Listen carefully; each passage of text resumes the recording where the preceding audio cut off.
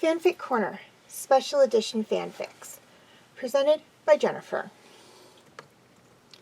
Summer Fair, a Dragon Prince Summer Fanfic.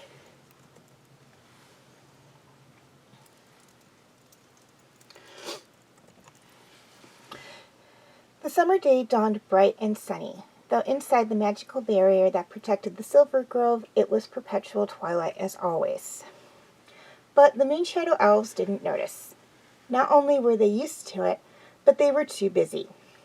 The summer fair was the next day, and they were busy getting everything ready.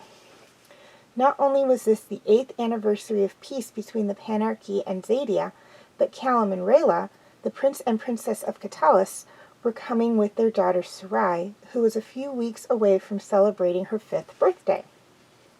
The Silvergrove was too small for a fair as extravagant as the summer fair, so it was being set up between the Silvergrove and the Adorable Meadow. "This is going to be perfect," Pterodon said, resting baby Jonah on her hip. She and her husband, Lennon, had been looking forward to the summer fair ever since learning that Callum, Rayla, and Sarai were coming. They hadn't seen their son-in-law, daughter, and granddaughter since Christmas.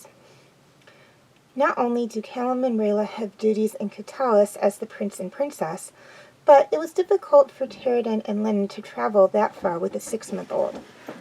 Not only that, but Rayla was 6 months pregnant with her and Callum's second child. Even with the war over, things were still very busy. Everyone was talking about the visit by the prince and princesses. Everyone except the elders. Even now, 8 years after the fact, they weren't happy that the ghosting on Rayla had been broken. Though they would never go against the Dragon Queen, they didn't like Rayla being free to return to the village. However, they had no say in the matter.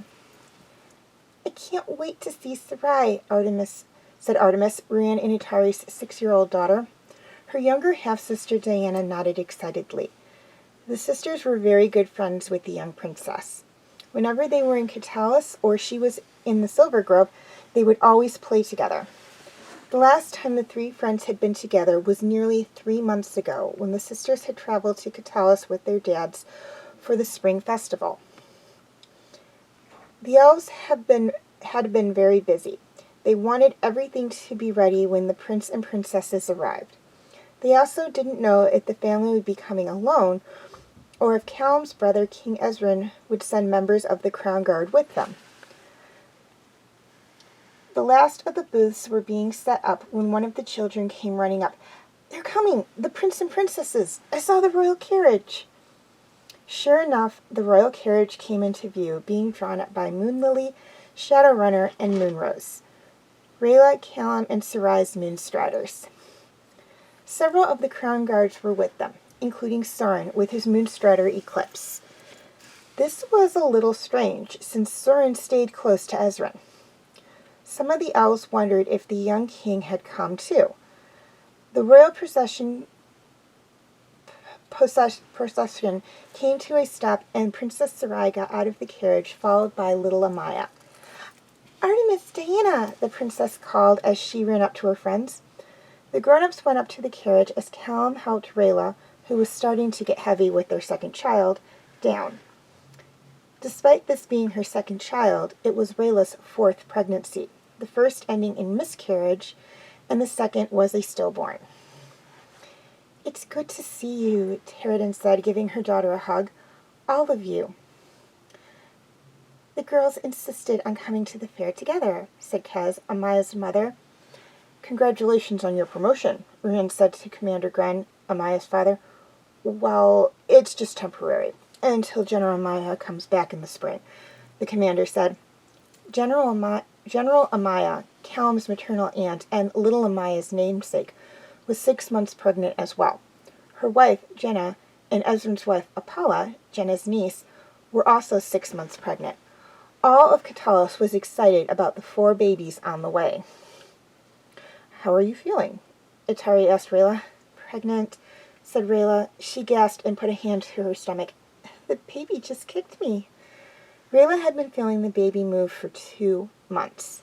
"Sarai can't wait until she can feel it," Callum said. "She's so excited about being a big sister." "I remember someone else who was excited about having a younger sibling," Commander Gren said. It was true. Callum had been every bit excited about having a new sibling when his mother and King Harrow, or Prince Harrow as he was at the time, told him he was going to be a big brother. The only difference was that Callum and Ezra were half-brothers, while Sarai and this baby would be full siblings.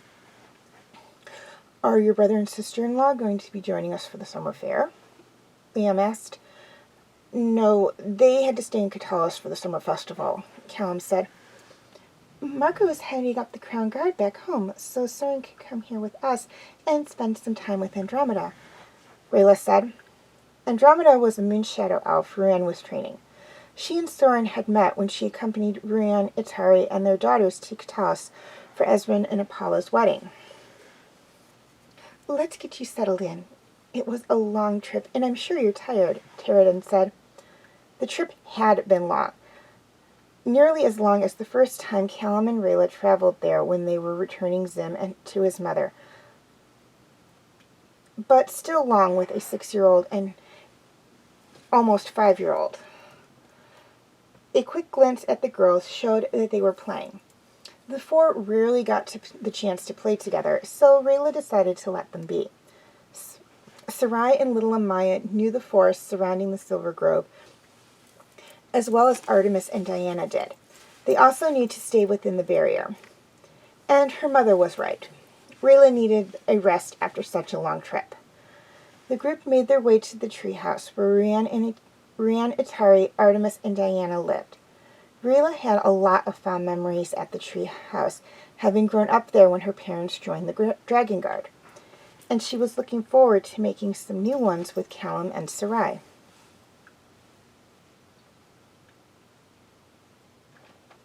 Callum woke up to Sarai crawling all over him, and it took him a minute to figure out where he was. It wasn't their room back at their house. It was the room that he and Rayla stayed in while visiting the Silvergrove. It wasn't the room Rayla had when she was younger. Because of the proximity to Ryan and Itari's room, it had been given to Artemis and Diana when they were born. But it was just as nice.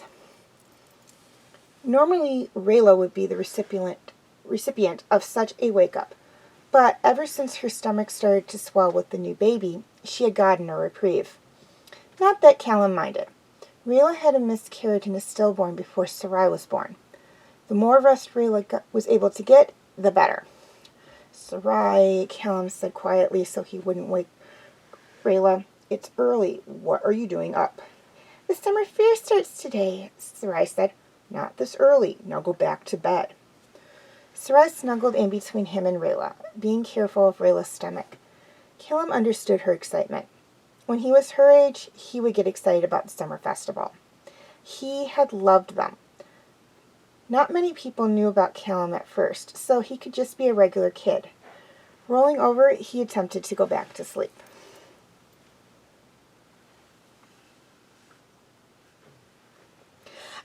go on the rides first, Artemis said as they entered the fairgrounds.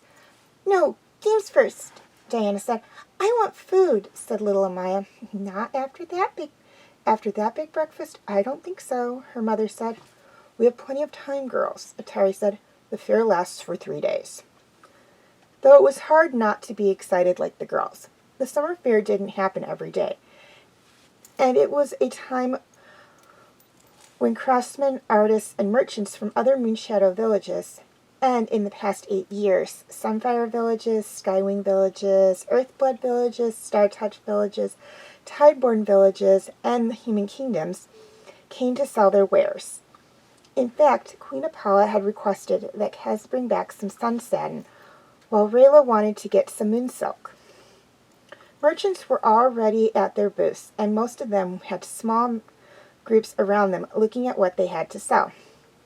Are you going to be selling anything, Uncle Atari? Sarai asked. Not this year, Atari said. None of the amulets I've been working on are done yet. They look done to me, Papa, Artemis said. I feel they aren't good enough yet. But they are, Daddy, Diana said. And you're right. I just need to step away from them for a little while. The Shadow Paw rides caught the girls' attention, and they ran to get in line. The adults followed, enjoying watching their children have a good time.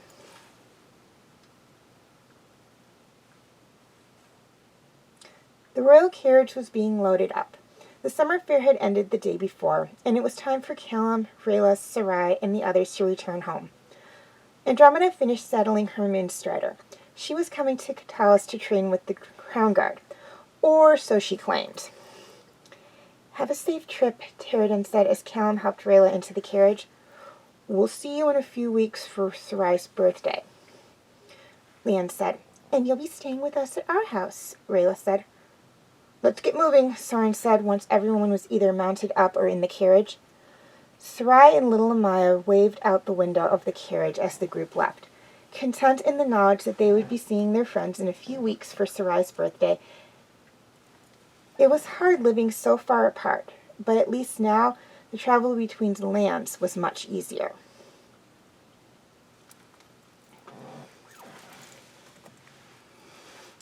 Okay, before I sign off, I would just like to say if any of you out there have any fanfics or short stories you would like me to do a reading on for Fanfic Corner or Story Corner, you can feel free to send them to me at either my Tumblr account, my Facebook page, or my Facebook group, Fanfic Corner. I will have the link for those in the description section. A couple of things to keep in mind. First off, be sure to include your name or the name of the author. I need to be able to credit I need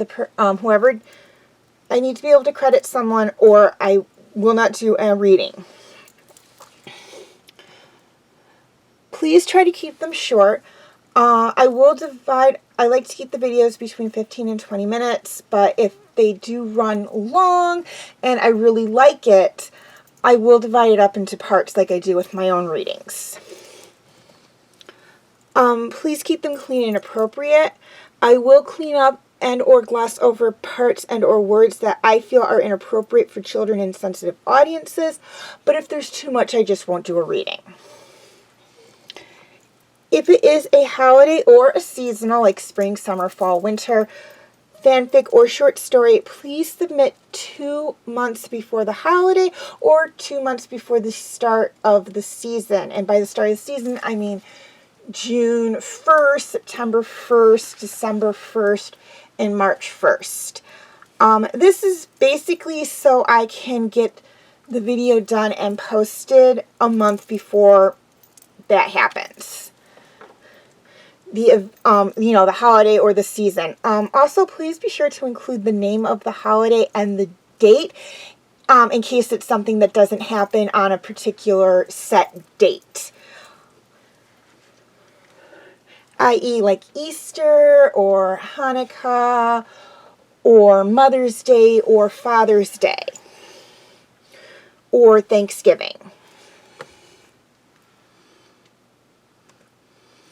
Finally, please be honest. If I find out that someone has submitted a fanfic or a short story without the author's consent, I will not only remove all videos corresponding to that short story if there are any, but I will no longer be accepting any fanfics or short stories from the sender.